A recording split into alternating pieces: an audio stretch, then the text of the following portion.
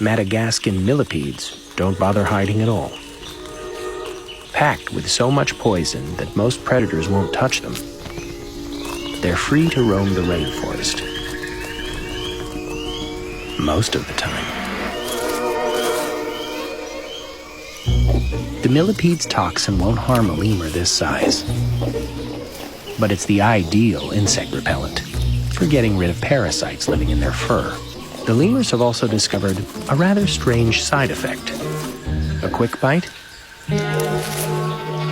and more toxin is released. And in small doses, it appears to be psychoactive. The millipedes are released relatively unscathed. But high in the trees, the lemurs won't be coming down for a while.